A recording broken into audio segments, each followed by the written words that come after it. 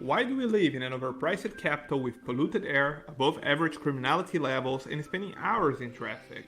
Well, because we need to make money, that's why. But that's not the situation for everyone.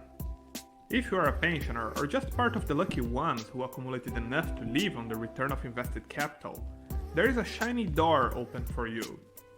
The golden gates for a better quality of life.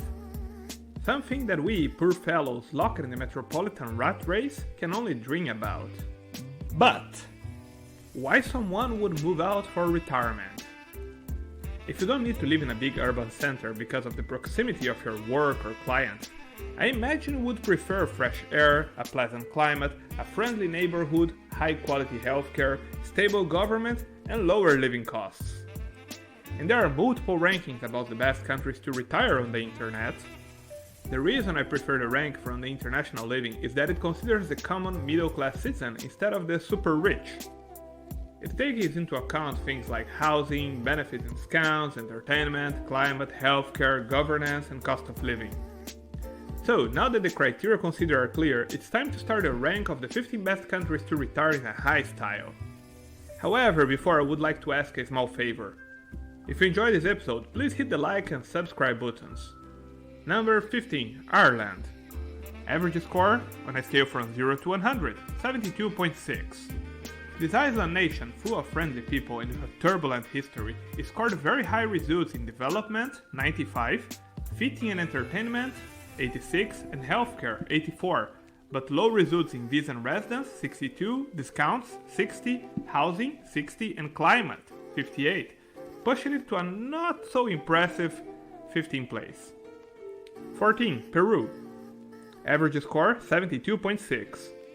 Peru scored near perfect score in cost of living 92 and also had good marks on climate 87 and visa and residence 82. On the lower side, it scored only 56 in two important indicators, development and benefits and discounts.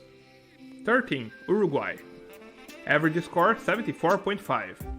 Uruguay didn't score high, above 90, in any indicator, reaching decent notes in most elements like development, 88, and governance, and low but not tragic notes in climate, 58, housing, 66, and opportunity, 69.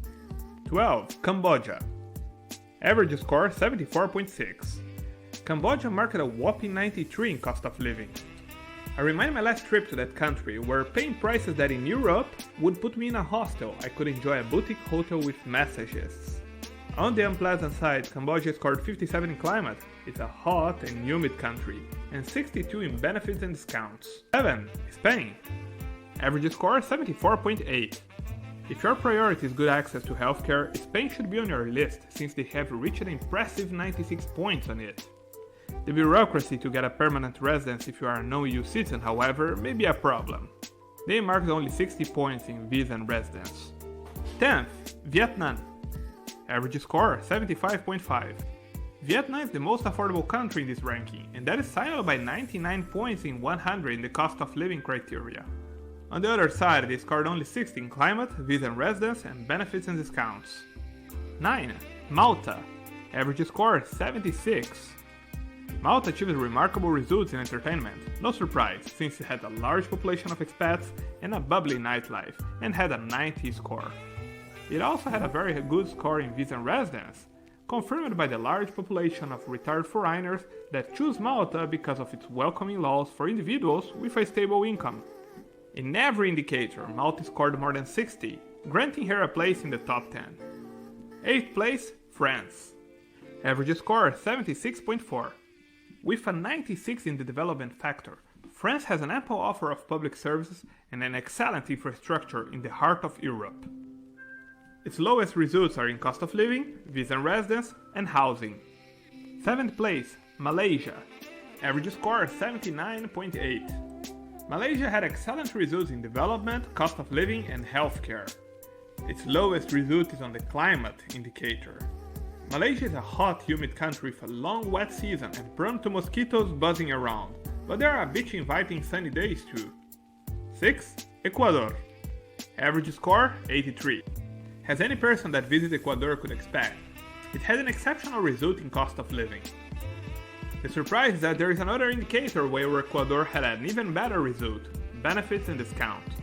Its worst result came in governance. It's South America after all.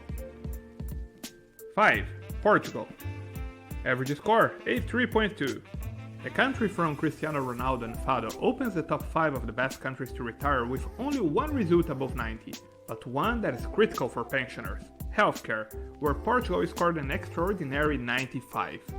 Portugal also had good scores in every other indicator except one, visa and residence, with only 64.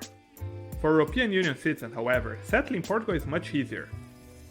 4th, Colombia.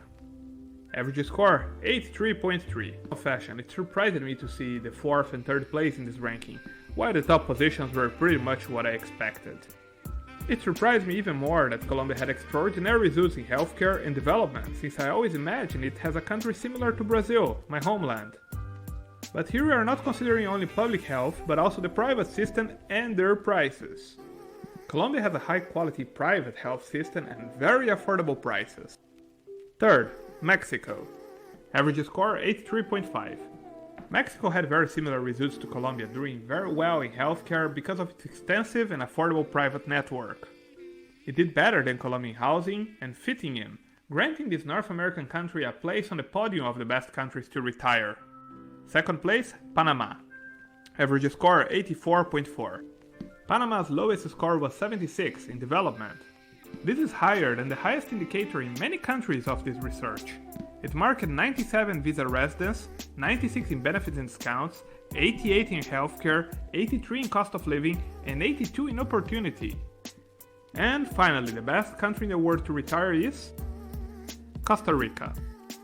Average score 85.2. It was a close match between Panama and Costa Rica, but the country of Keylor Navas predominated with a 97 in healthcare, 92 in fitting and entertainment, 92 in development, 88 in benefits and discounts, 86 in visa residence, 84 in cost of living, and 80 in climate.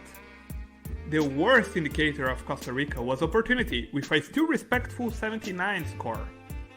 Chris Atkins, an expatriate who retired to Costa Rica to run a sport fishing travel agency, told in an interview for the magazine Travel Awaits 2 of the best advantages of that country. Open quote, "Many medical professionals in the private health sector have studied in the US, they speak English, and offer the same quality of service at a fraction of the cost. Plus, many first-time visitors are blown away by how fresh the produce tastes here." I hope you enjoyed this episode. Remember to subscribe to our channel for the next ones.